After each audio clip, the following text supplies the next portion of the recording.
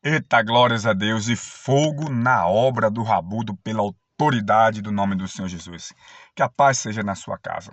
Ontem, peço desculpa para vocês, ontem eu não tive condições de gravar, mas hoje estamos aqui nesta terça-feira. E olha que quase eu não consigo gravar hoje também, viu?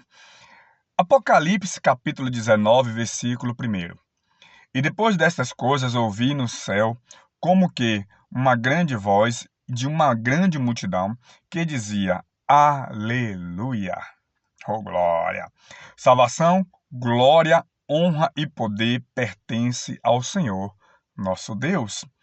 Porque verdadeiros e justos são os seus juízos, pois julgou a grande prostituta que havia corrompido a terra com a sua fornicação, e das mãos dela vingou o sangue dos seus servos. Glória a Deus.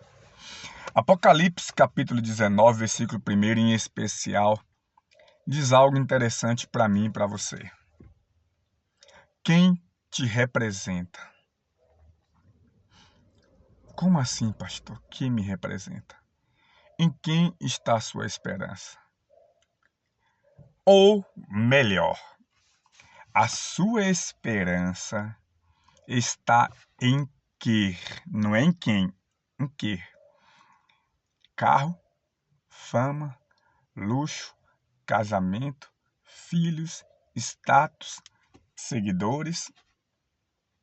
Em que está a sua esperança? E depois dessas coisas ouvi no céu. Na onde? Onde? No céu. Em que lugar? No céu. Em que dimensão? No céu. Na terra? No céu. Viver é Cristo. Morrer é lucro. Quantos já pregaram, já falaram essas coisas? Eu vou abrir parênteses aqui para um assunto. Eu fico olhando coisas que às vezes eu falei e me arrependo amargamente de ter falado. E eu escuto muitos pregadores, de modo geral, pregadoras, quando está pregando, falar muito direcionado para um grupo de pessoas. E muitas das vezes esse grupo de pessoas somos nós mesmos. Deixa eu lhe explicar esse mistério. É fácil eu chegar para uma pessoa que está passando por um problema e dizer para ela: tenha fé, Deus é contigo. Deus vai entrar nesta batalha e te dar a vitória. É fácil dizer isso. Difícil é viver. Eu sei que Deus ele é com todos os seres humanos.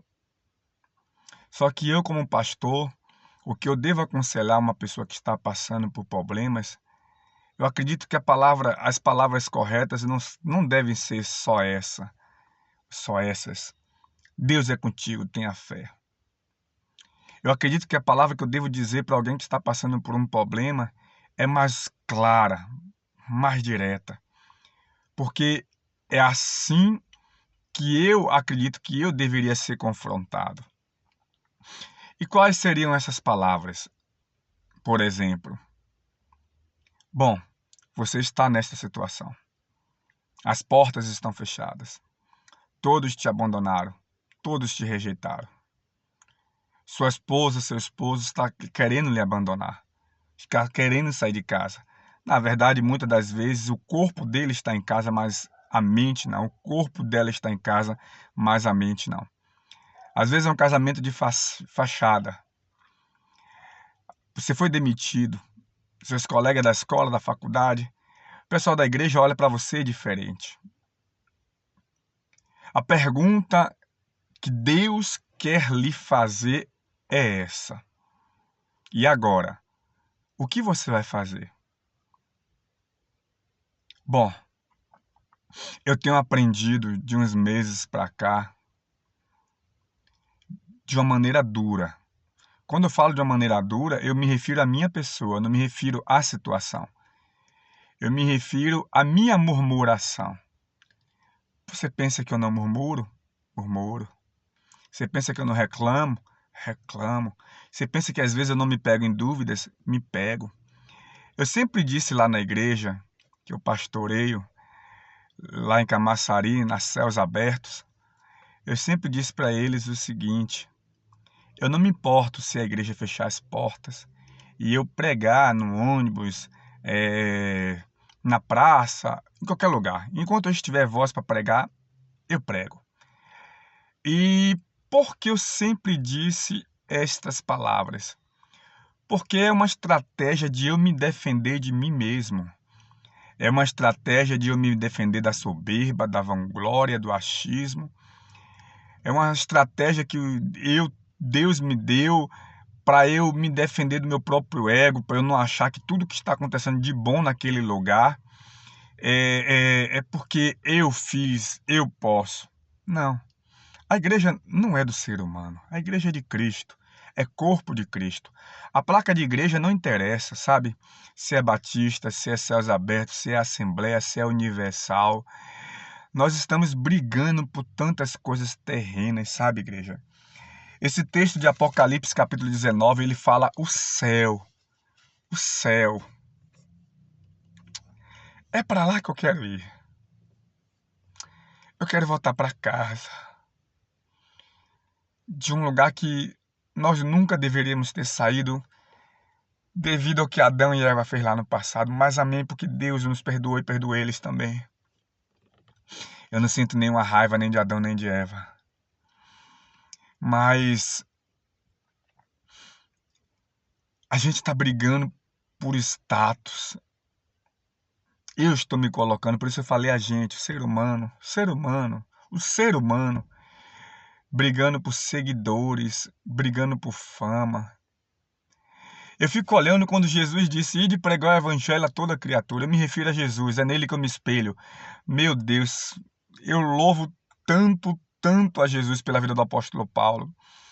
Que testemunho de vida, que homem exemplar, o apóstolo Paulo. Só que não é nele que eu me espelho.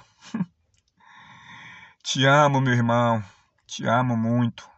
Sou muito grato ao Senhor por ter aparecido para Paulo naquele dia, mas eu não quero me espelhar em Paulo. Eu quero me espelhar nas palavras do Senhor Jesus. Mas o Senhor acredita que Paulo foi usado por Jesus com toda a certeza absoluta. Toda a palavra de Deus, toda ela foi inspirada pelo Espírito Santo, toda ela. Eu estou dando uma observação da minha parte. E Jesus, ele disse: ide pregar o evangelho a toda criatura do mundo. Hoje, quando eu peço para você me seguir nas redes sociais, você comentar, você escrever alguma coisa aqui, você compartilhar, eu não estou pedindo para ter seguidores. Eu estou pedindo para você e eu juntos pregarmos o evangelho a toda criatura. Eu tenho um grupo de WhatsApp aqui que eu posto, né, o link do YouTuber, ali das pregações que eu faço. E muita gente coloca lá a mãozinha, muita gente coloca lá o amém no grupo. Mas a maioria não vai para o YouTube. Rapaz, na verdade, 99% não vem aqui no YouTube assistir. Não vem. E eles estão fazendo o quê? Eles estão deixando de pregar o evangelho. Por quê? A partir do momento que eles vêm aqui no YouTube, eles dão força ao canal e a palavra de Deus ela é enviada pelo próprio YouTube para outras vidas. Quanto mais pessoas acompanham este canal, o YouTube vai entender que esse canal tem alguma Eita, Jesus da glória! A língua de vez em quando embola. Ô, glória! O YouTube vai entender que este canal, vou dizer logo no popular, é importante para você que está assistindo e vai enviar para outras pessoas. A língua embola, viu, gente? Então, voltando aqui ao céu, há uma promessa de Deus para mim e para você, para nós morarmos no céu. E ele vai fazer justiça. Ele vai fazer justiça, ele vai vingar o sangue dos santos. Bom, aqui chega a parte que a maioria das pessoas não gostam de ouvir. Ele vai vingar o sangue dos santos. Apocalipse 19, versículo 2. Porque verdadeiros e justos são os seus juízos, pois julgou a grande prostituta que havia corrompido a terra com a sua fornicação. E, olha, preste atenção, e das mãos dela vingou o sangue dos seus servos. Fala para mim, como é que Deus pode vingar o sangue de alguém que está vivo?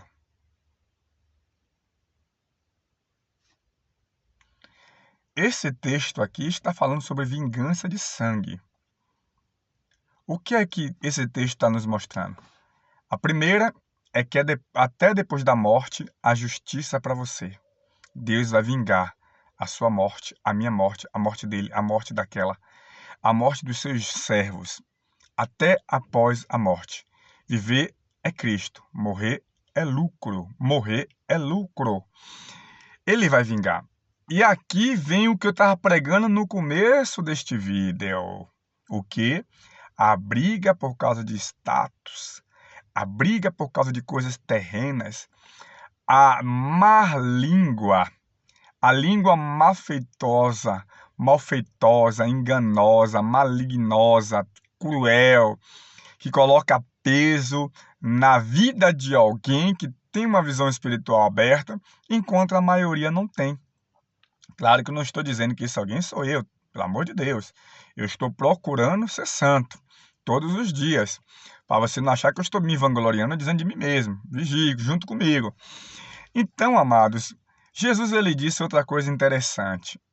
Por que tira o cisco do olho do teu irmão, se há uma trave no teu? É fácil.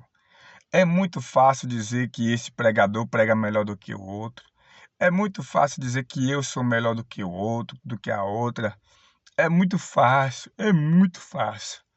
Só que Jesus está dizendo que daquele que julga, daquele que aponta, aquele que condena tem uma trave. Só que o que tem uma trave no olho está julgando quem tem um simples cisco. Uma coisa que, um sopro, que às vezes eu e você já deve ter feito isso no olho de alguém, assoprou no olho de alguém para ajudar a tirar aquele cisco. Então, amados, a pregação de hoje, ela quer dizer sobre o quê? Sobre a sua escolha.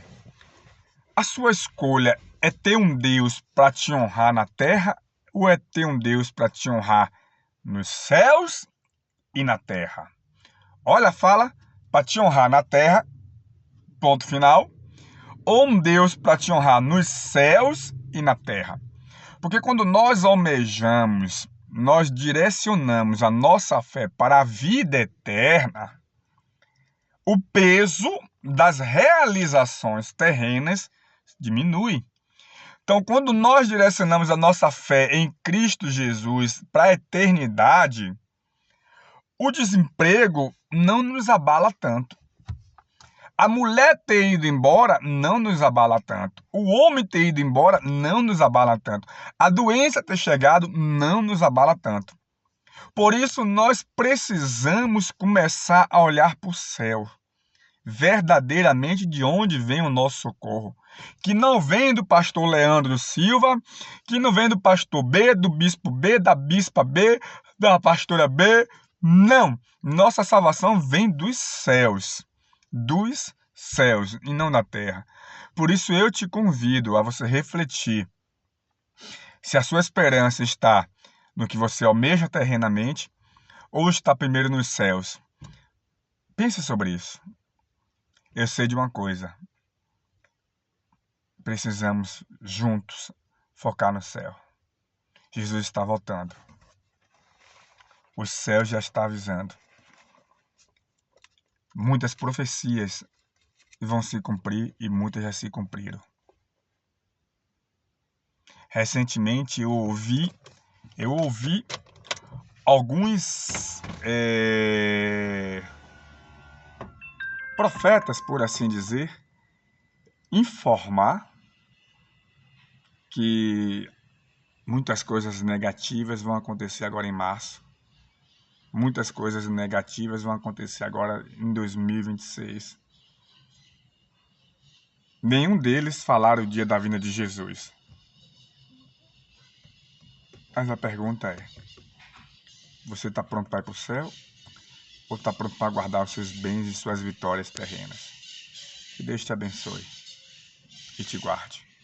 Que Ele tenha misericórdia de ti e faça resplandecer o rosto dele sobre ti e te dê a paz. Forte abraço.